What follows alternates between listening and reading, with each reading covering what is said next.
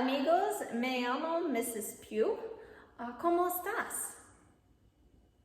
What I just said was, hello friends, my name is Mrs. Pugh, how are you? It's not Spanish class, it's math class, I was just playing.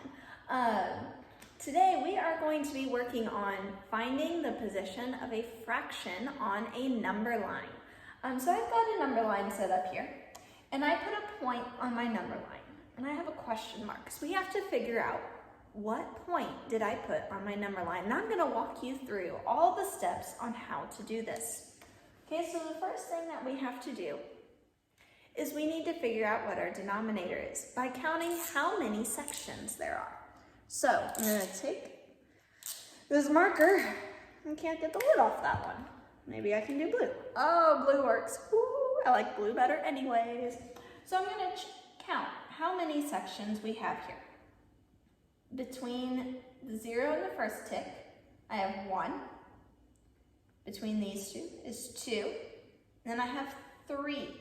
So these are split up into thirds. So I'm gonna start my fraction. I'm gonna put thirds. This one is the first one, so it's going to be 1/3. Then this one is the second one, it's going to be 2/3. So my point is on 2/3. Let's try another one. Let me erase these tick marks. Have you guys done anything fun today? I didn't need to erase that. I asked you, but I can't really hear you because, it's a YouTube video, it's not a Zoom.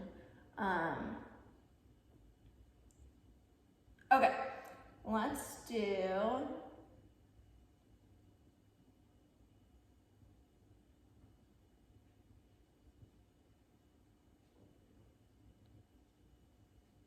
I'm gonna put the point right there.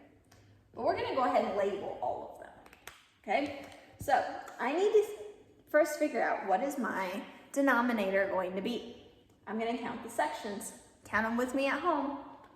1, 2, 3, 4. There are 4 sections between 0 and 1. So that's gonna be what we're working with fourths. So this one here is my first one. It's going to be 1/4.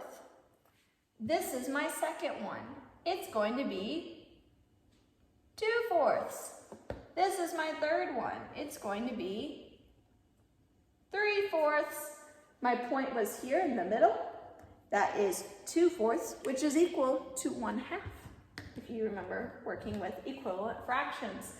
I'm gonna give you a new one.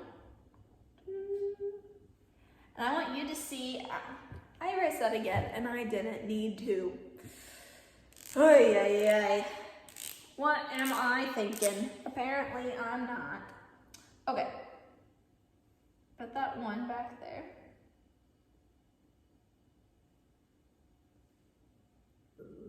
Okay, I'm gonna give you a hint. I'm gonna give you one fraction. I want you to see if you can use that and use what you know about fraction number lines to figure out where did I put my point. I'll make it real big. Where did I put my point? I will give you 10 seconds.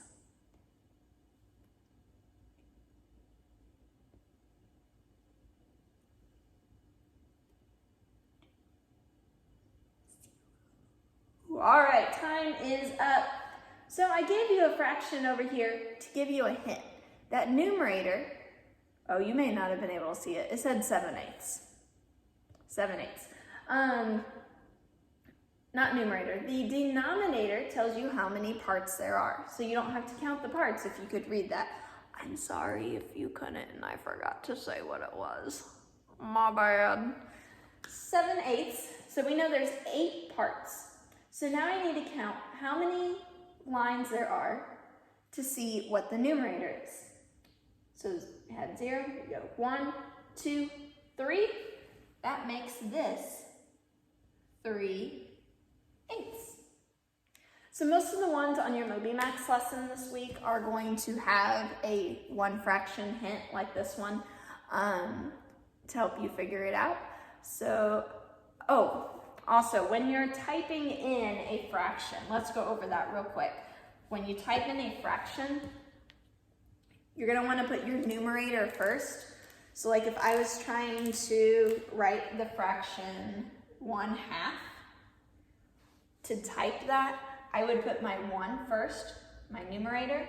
Then there is a slash button. It is, it's next to the right shift button. It has a question mark on the top. You want the slash underneath it. So you just have to click it. You don't need to press the shift button, okay? So it's gonna do a slash like that. And then you put your denominator. So that is how you type in a fraction. I hope this was helpful, and I hope you do a great job on your online learning. You guys have been doing awesome. Way to go. Keep it up.